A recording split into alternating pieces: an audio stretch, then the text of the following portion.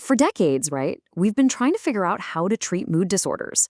But now there's this huge renaissance in psychedelic research that's opening up a whole new frontier. So today, we're going to crack open a scientific review by Lowe and colleagues to really get into the biochemistry behind this potential revolution in mental health care. Let's dive in.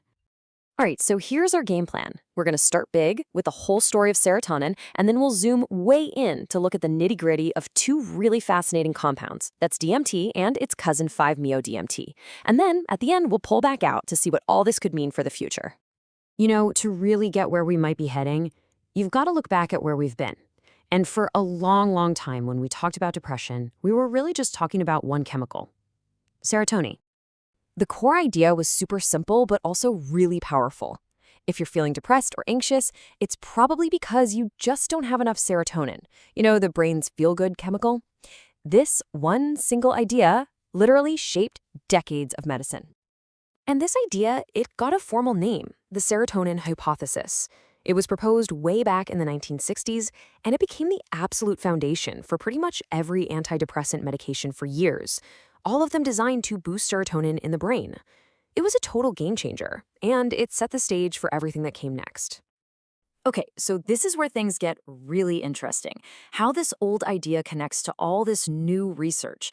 It turns out you can think of the brain's serotonin system as having all these little locks. And well, certain psychedelic molecules look an awful lot like the keys. I mean, just look at this.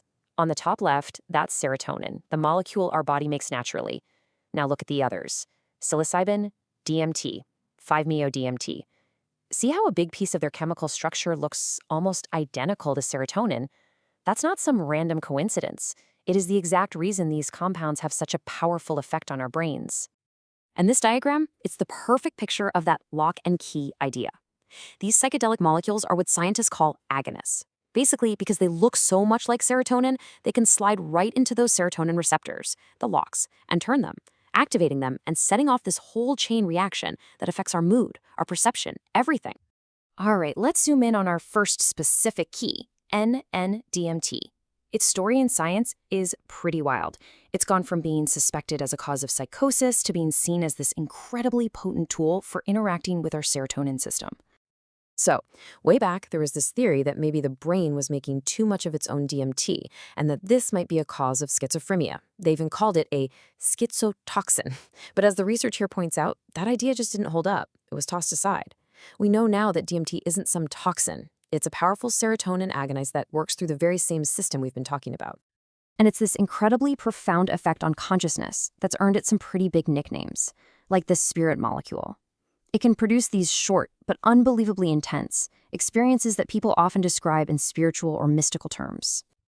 So, okay, beyond that intense experience, what's the therapeutic potential here? How could it actually work? Let's get into the specifics of how DMT could be a powerful tool for mental health. Here's the catch with DMT. You can't just swallow it.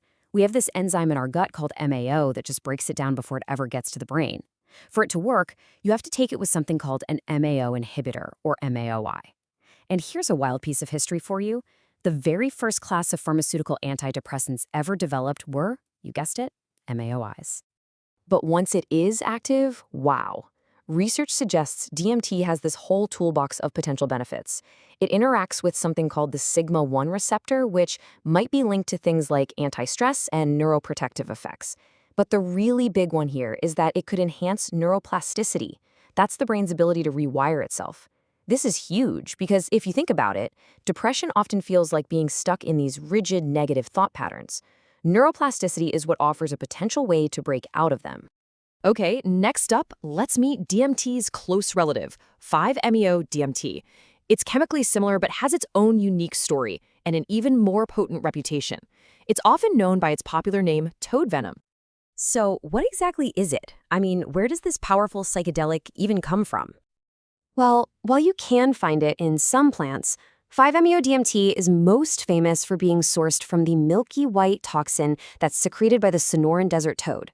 It's a seriously powerful compound that, just like its cousin, DMT, is also a potent agonist at our serotonin receptors. And the research on what this stuff can do, it's pretty mind-blowing. This review points to a study by Uthog and colleagues where just a single dose was linked to lasting benefits weeks later. People reported big drops in depression, anxiety, and stress, but they also reported an increase in their overall satisfaction with life. That's a huge deal. Okay, let's pull the camera back. We've talked about all this deep biochemistry, these incredible early findings. So what does it all add up to? Well, we could be looking at a completely new horizon for mental health care. And this might be the most important part of the whole story. For the millions of people out there who just don't get relief from current antidepressants, these compounds aren't just another pill. They represent a totally different approach. For people with treatment-resistant depression and anxiety, this could offer real hope. So, we're left with this powerful question. The science is starting to show us exactly how these molecular keys fit the locks in our brain. The challenge now, the road ahead, is figuring out how we can use them wisely, safely, and effectively to unlock a whole new potential for human healing